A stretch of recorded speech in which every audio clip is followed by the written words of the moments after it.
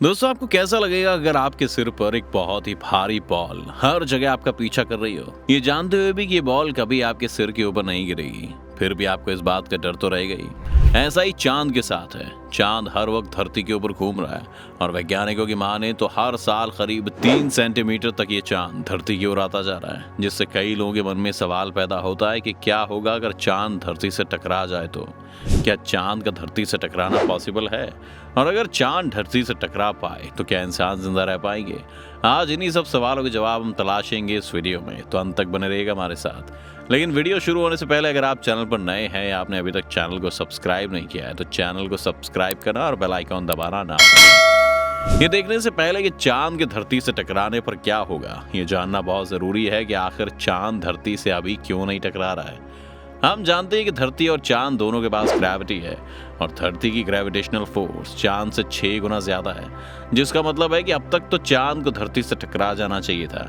लेकिन यहाँ पर एक मजेदार बात यह है कि क्योंकि चांद धरती के चक्कर लगाता है, इसलिए वो एक सेंट्रीपेटल फोर्स भी पैदा करता है और यही फोर्स उसे धरती से टकराने से रोकती है। इसी फोर्स के कारण धरती भी सूरज से नहीं टकराती है। मान लेते हैं कि चांद को धरती तक पहुंचने में करीब 1 साल तक का वक्त लग जाएगा।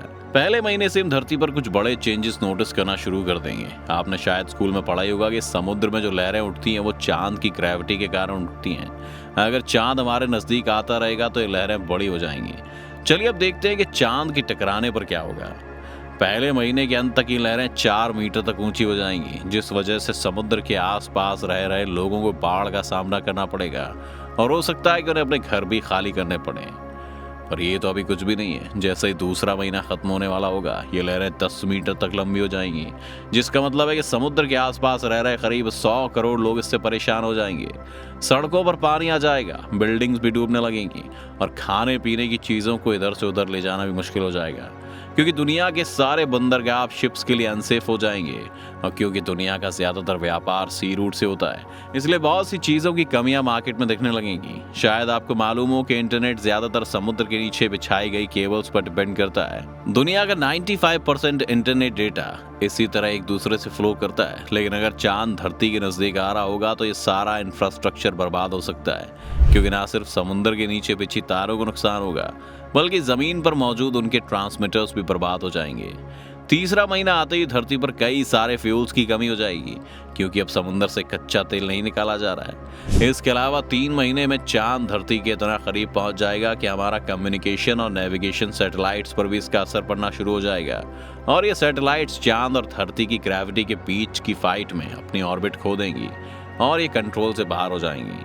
चौथे और 5वें महीने तक धरती पर 100 मीटर लंबी लहरें दिखना शुरू हो जाएंगी, जिसका मतलब है कि अब हर एक शहर, चाहे वो समुद्र के करीब हो या दूर, धीरे धीरे डूबने लगेगा और लोगों को अपनी जान बचाने के लिए पहाड़ी इलाकों की तरफ जाना शुरू करना पड़ेगा। लेकिन ये सॉल्यूशन भी ज्यादा दिन तक नहीं चलने वाला, क्योंकि 6 महीने में चांद धरती के इतने करीब आ जाएगा कि अब वो सिर्फ समुद्र के पानी को अपनी तरफ खींच नहीं रहा है, बल्कि धरती भी धीरे धीरे चांद को खींच रही है। इस तरह के पुल अप से धरती की शेप बदलने लगेगी और इसके कारण टेक्टोनिक प्लेट्स पर भी प्रेशर पड़ेगा, जिससे धरती पर भूकंपों का आना बहुत ही कॉमन हो जाएगा। इसके साथ साथ जमीन के नीचे मौजूद लावा भी अब बाहर आने की कोशिश करेगा, जिससे कई सारे देशों में वोल्केनो फूटने लगेंगे। 6 महीने पर चांद धरती के उतना करीब होगा जितने कि हमारे सैटेलाइट्स हैं, इसलिए अब चांद धरती के अराउंड अब 27 दिन में एक बार नहीं बल्कि हर दिन घूमेगा। इसका मतलब है कि हम चांद के सभी फेजेस को एक ही दिन में देख पाएंगे। इसका एक मतलब ये भी है कि चांद अब इतना बड़ा हो जाएगा कि वो बार बार सूरज की रोशनी को ब्लॉक करने लगेगा, यानी प्लैनेट पर सूर्य ग्रहण भी आम हो जाएगा। 8वां महीना आते ही चांद धरती पर इस तरह से इम्पैक्ट डाल रहा होगा कि वोल्केनो से निकलने वाला लावा हवाई जहाज के उड़ने के डिस्टेंस से भी ज्यादा ऊपर तक उछलने लगेगा। पूरे एनवायरनमेंट में बहुत ही हार्मफुल गैसेस छा जाएंगी और एक लाल डस्ट उड़ने लगेगी। इसके बारे में बार बार लगते सूर्य ग्रहण से ये भी मुमकिन है कि धरती का टेम्परेचर ठंडा हो जाए और यहाँ पर लोग ठंड से जमने लगे। इसके अलावा एसिड रेन की पॉसिबिलिटी भी बहुत ज़्यादा है, जो कि धरती पर मौजूद लगभग सभी प्लांट्स को ख़त्म कर सकती है। इस वक्त तक अगर कोई इंसान बचा होगा तो वो किसी बंकर में होगा, क्योंकि बाहर का मौसम बिल्कुल भी अब रहने लायक नहीं है। अब बात करते हैं कि आखिरी महीने में क्या होगा।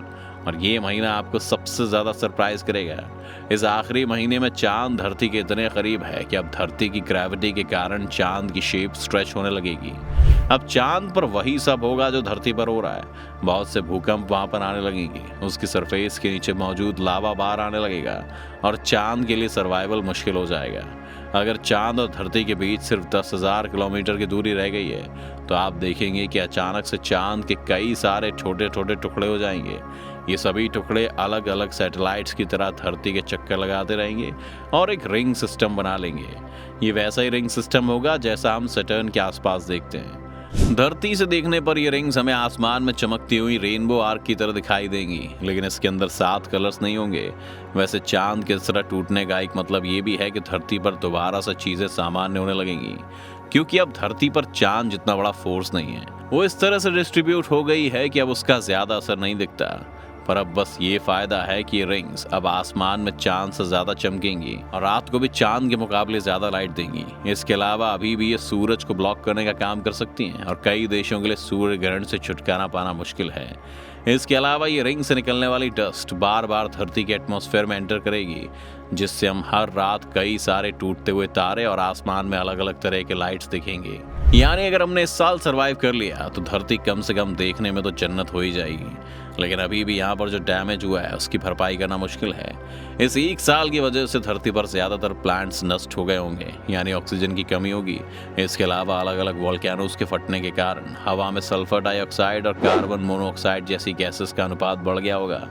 धरती पर मौजूद लगभग हर एक बिल्डिंग तबाह हो गई होगी और अगर कोई इंसान जिंदा बचा भी होगा तो उसके पास खाने के लिए कुछ नहीं बचेगा। वो इस रिंग से घिरे प्लैनेट पर शायद भूखे पेट आसमान में पैदा हो रहे अद्भुत नज़ारे को देखता हुए अपनी जान देगा। क्या आपने कभी सोचा था कि चांद का धरती के करीब आना धरती को इस तरह बदल देगा?